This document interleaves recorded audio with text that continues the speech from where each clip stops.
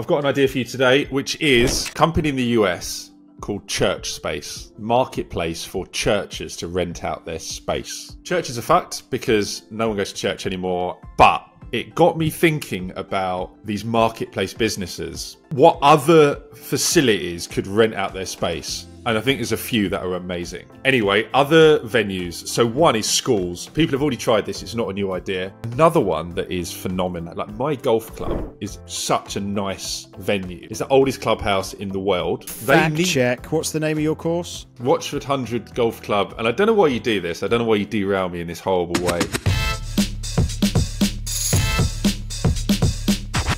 I've got an idea for you today, which is, it's not an idea actually, it's a thing. Company in the US called ChurchSpace, marketplace for churches to rent out their space. So church is fucked. Does this exist? Does this exist? Yeah, it's a real thing. It's a real business. Right. ChurchSpace. Okay. Churches are fucked because no one goes to church anymore and they got no money and they're just about to close. So these guys are like, okay, cool, you've got a facility, let's rent it out. And they raised a little bit of seed money. Last year they got another $500,000. Just looked at their website this morning. Not looking great. But what one of their use, so the use case, there's a few use cases. One is like kitchens, so like rent out your kitchen. So like, you know, Uber Eats or whatever have somewhere like a cloud kitchen that they can make their burgers in. Also, it's for meetings and that kind of stuff. So I looked at this in the UK. I was like, okay, cool. Could that work in the US? They're doing like city by city. They started in Houston. 38,000 churches in the UK. The problem with the UK is that these churches they've got shit facilities, no toilets. It's probably not a load you could do. So I don't think this business works here.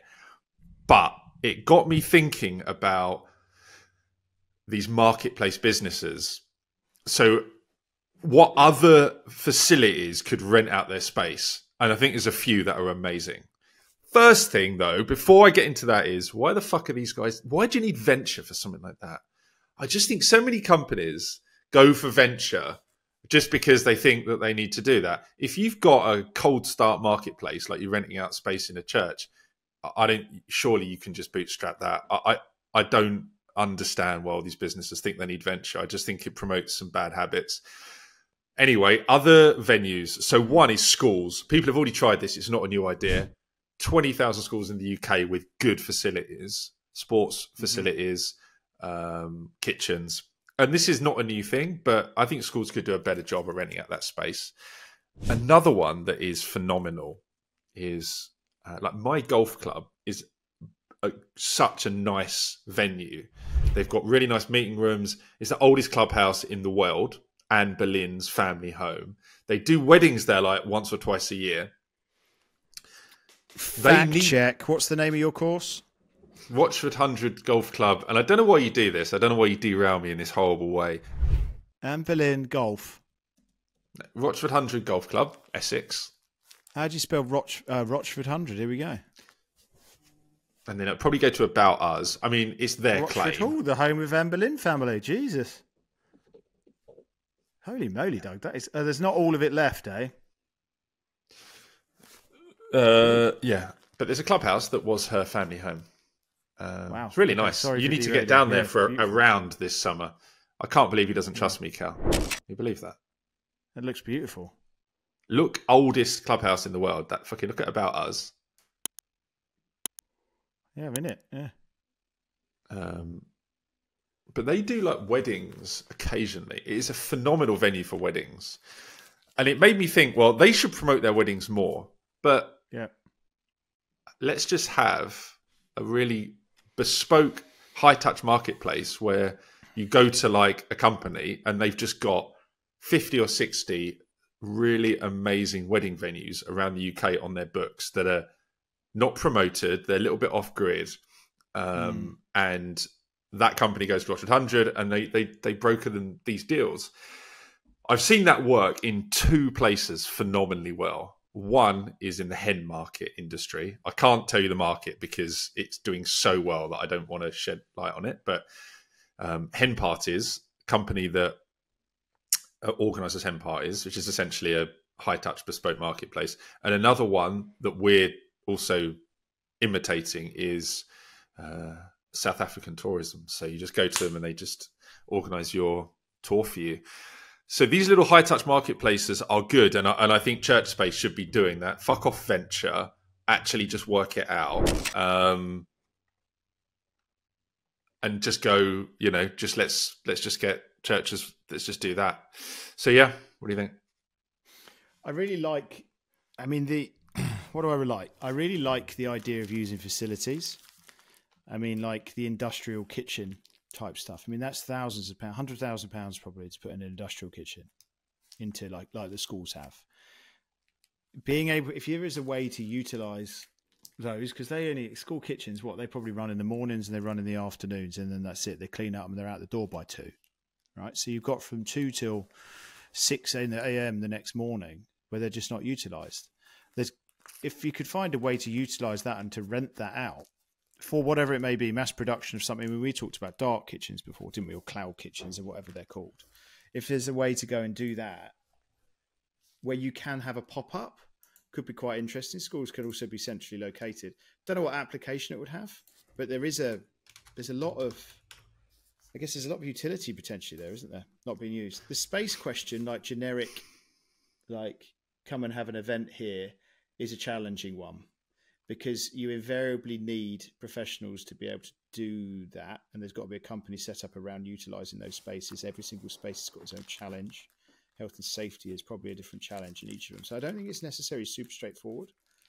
Is there enough parking, et cetera, et cetera. But I do feel as though there's got to be something in that school kitchen piece.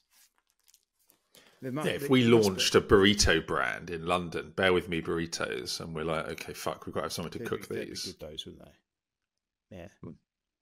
Yeah, just like loads of... And you'd have like some biltong on the side. We get Big Cow to import some biltong. Some like South African red wine. It could be good. But you're right, because those schools are in central London, that real estate's very hard to get. So if you want to, serve marlebone, okay, good luck getting some kitchen space there. Schools, it's ready to go. Like you say, there'll be issues around access and cleaning it up and all of that shit. But, like you say, the industrial kitchen, it is there, ready to go. I think it's really interesting. I mean, I've never run a kitchen, right? And I don't know whether you can step into a kitchen and exit a kitchen on a daily basis without it being incredibly infuriating, or whether you need to have permanent fixtures in there that are appropriate for it. But maybe you do. Maybe it's a fridge and it's a freezer and you can rent that and that's extra income for the school. But like you say, you take Marylebone or you take anywhere in London, where land is of a premium. You need an industrial estate to do a dark kitchen, typically at scale.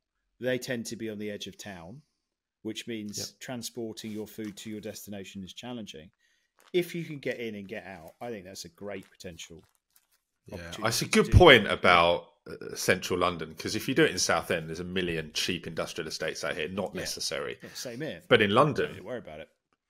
So the dark kitchen marketplace, schools opening up their kitchens for food delivery businesses. There we go. That's niche. Also, let's think about this. Schools have 13 weeks off a year.